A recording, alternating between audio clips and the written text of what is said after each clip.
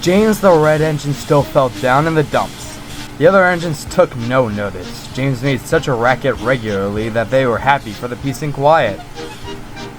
James was trying to find the opportunity to show everyone that he's more than what Sheffield had said he was. However, he was getting frustrated. Oh, what's your problem? How am I meant to prove myself if nothing happens around here? What are you banging on about?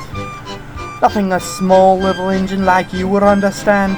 And with that, James stormed off to the turntable.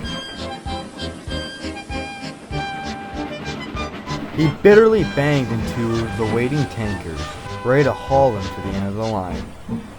He left in a big cloud of steam.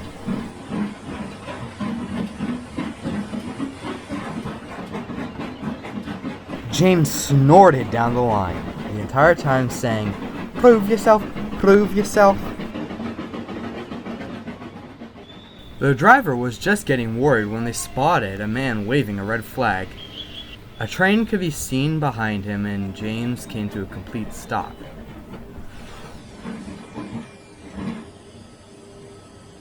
There stood Winston with a long train of every wagon James could imagine.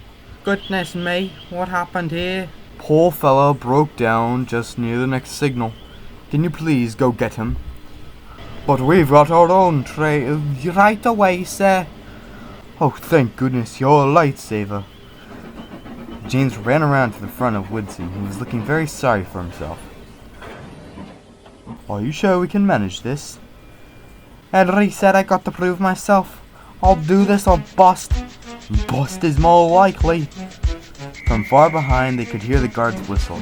James tugged and his wheels slipped, but he got the heavy train moving.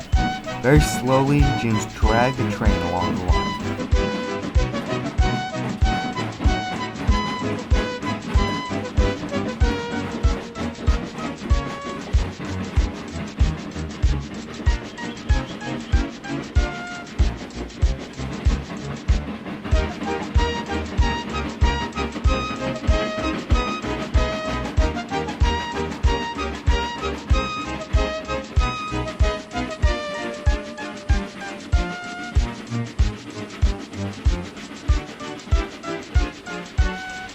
The little industrial engine watched in amazement as the train rumbled through.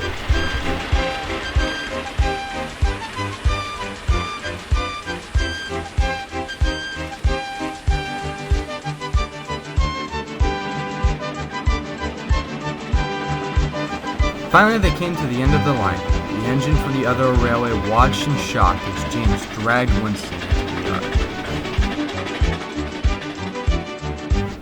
The two engines rested in the sheds. James was absolutely exhausted. "You know, I'm surprised in you, James." "What? Why?" "It's not in your character to be such a help in such an overwhelming situation." "Well, I'm tired of everyone seeing me as some asshole failure." "Failure? Who sees you as a failure?" "I ran into an old friend when I got Henry's special call.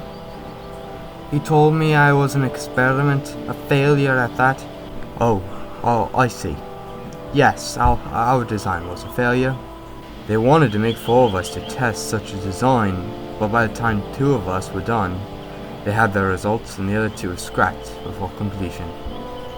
Every day I work hard enough for 3 to prove that they didn't have to go out like that before they even had their wheels on. But then I realized we don't have anything to prove to anyone. If they can't see our worth, then that's their problem. "I see, Winston. Thank you. I must get going. I'm to take your next train." "Of course, James. And remember what I said. We have nothing to prove."